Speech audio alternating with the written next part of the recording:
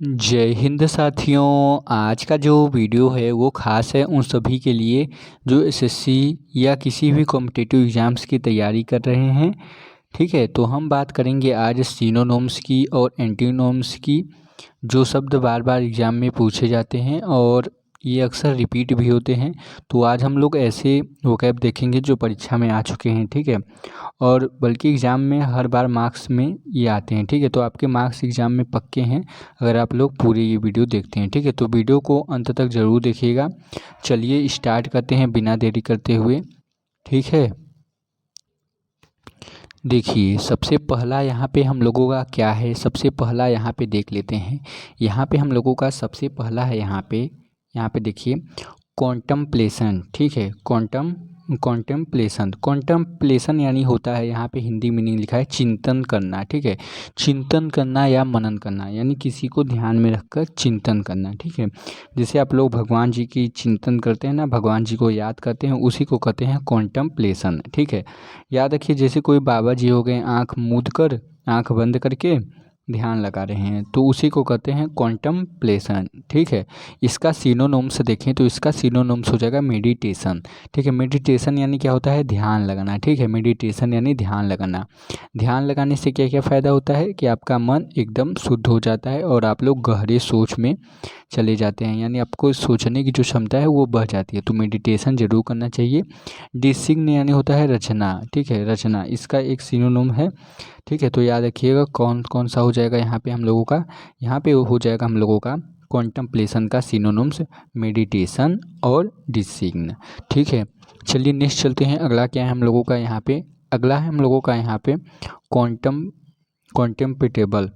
ठीक है, अगला क्या हम लोगों का कॉन्टेम्प्टिबल। ठीक है, कॉन्टेम्प्टिबल यानी होता है घिनौना। ठीक है, घिनौना, जैसे घिनौना क्या होता है, जैसे कोई वैसा काम जिससे लोग बहुत ही अपसंद करते हैं, यानी पसंद नहीं करते हो। ठीक है, तो वो क्या करते हैं, कहते हैं ये काम तो बहुत ही घिनौना है। जैसे कोई शराब बेच रहा है तो कह रहा है कि ये काम बहुत ही घिनौना काम कर रहा है। ठीक है, कॉन्टेम्प्टेबल काम कर रहा है। ठीक है, तो उसी को कहते हैं कॉन्टेम्प्टिबल। ठीक है, कॉन्टेम्प्टिबल यानी घिनौना, यानी नफरत, एक तरह से नफरत वाला काम।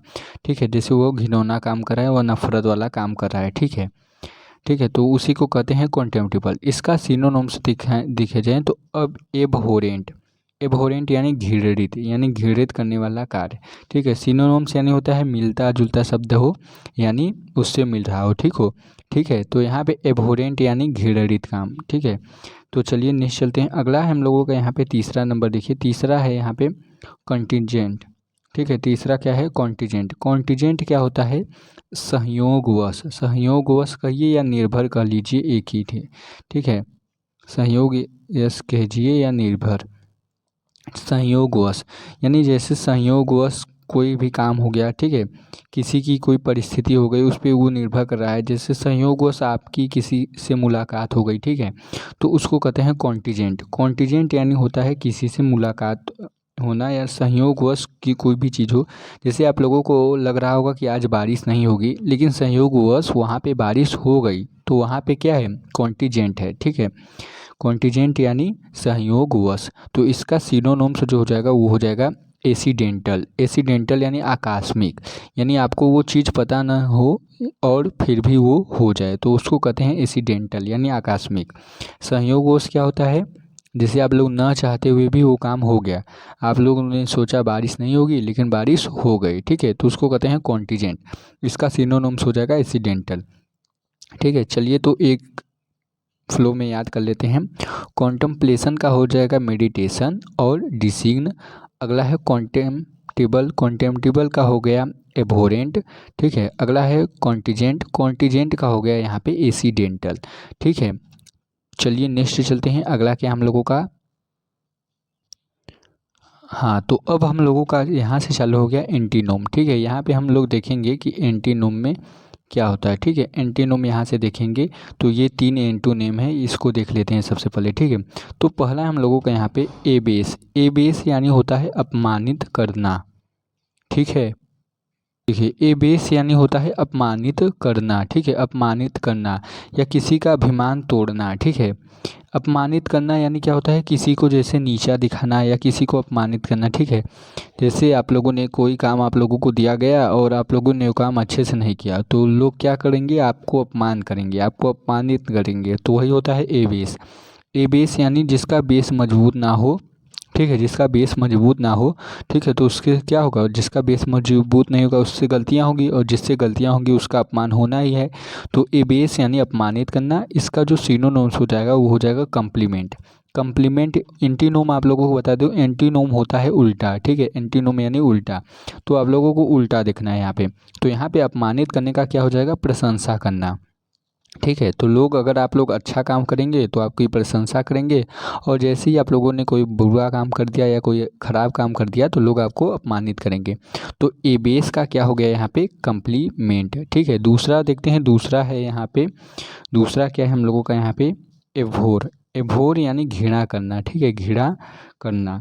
जैसे कोई भी काम हो गया, ठीक है, घृणा करना या याद रखिए नफ़रत करना, ठीक है, नफ़रत करना, किसी से बहुत ज़्यादा नफ़रत करना, ठीक है, घृणा करना, ठीक है, बहुत ज़्यादा, ठीक है। तो उसी को कहते हैं, जैसे वह क्या करता है कि उसे रिश्वत से घृणा है, वह रिश्वत नहीं लेता है, एक तरह से रिश्वत से उसे घृणा है, ठीक है। वह टीवी नहीं देखता, उसे टीवी से नफ़रत है, ठीक है।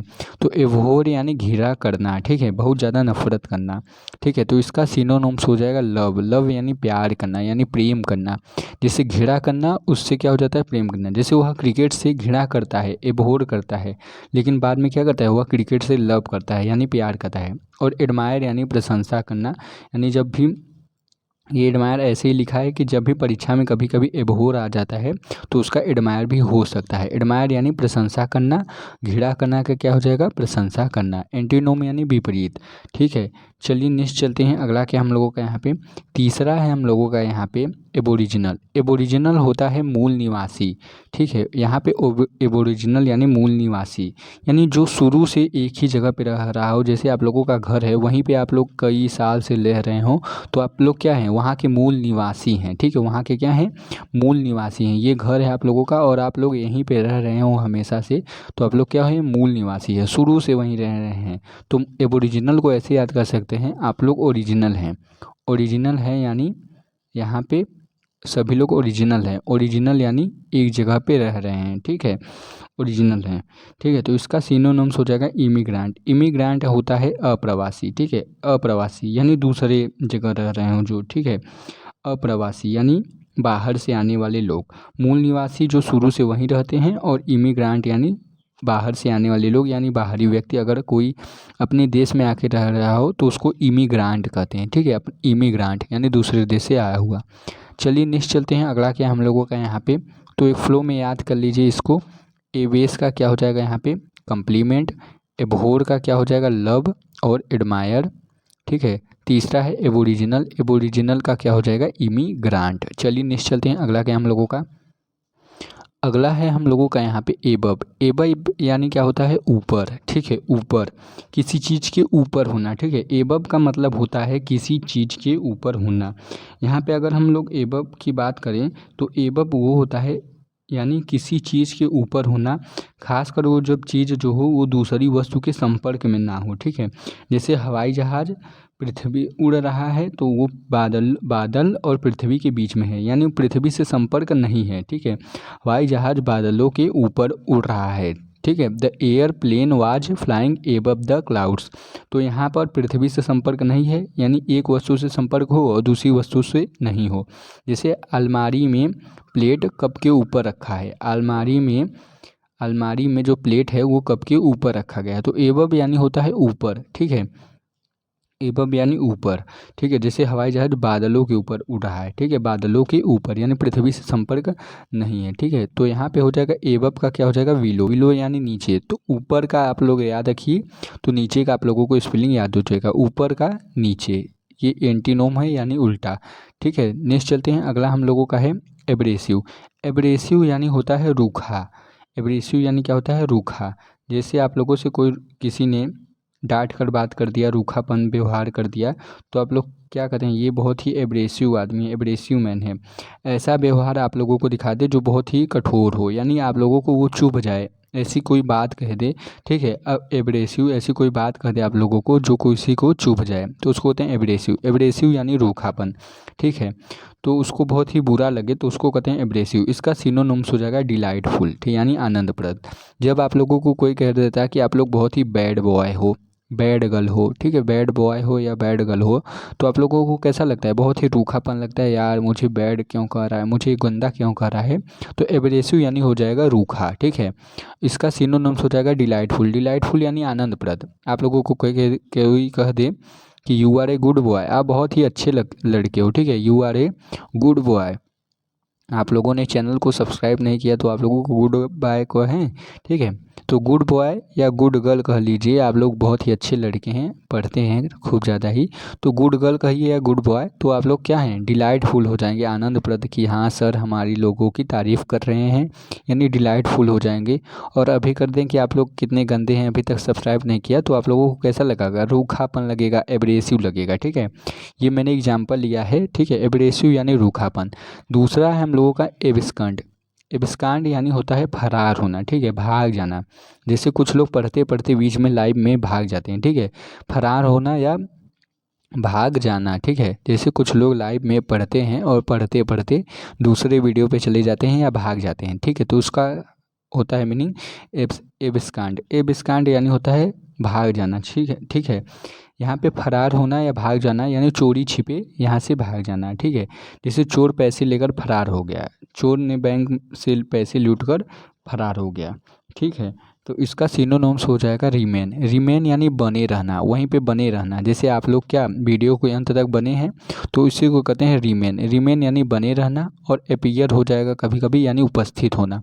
बने रहना उपस्थित होना एक ही है, ठीक है।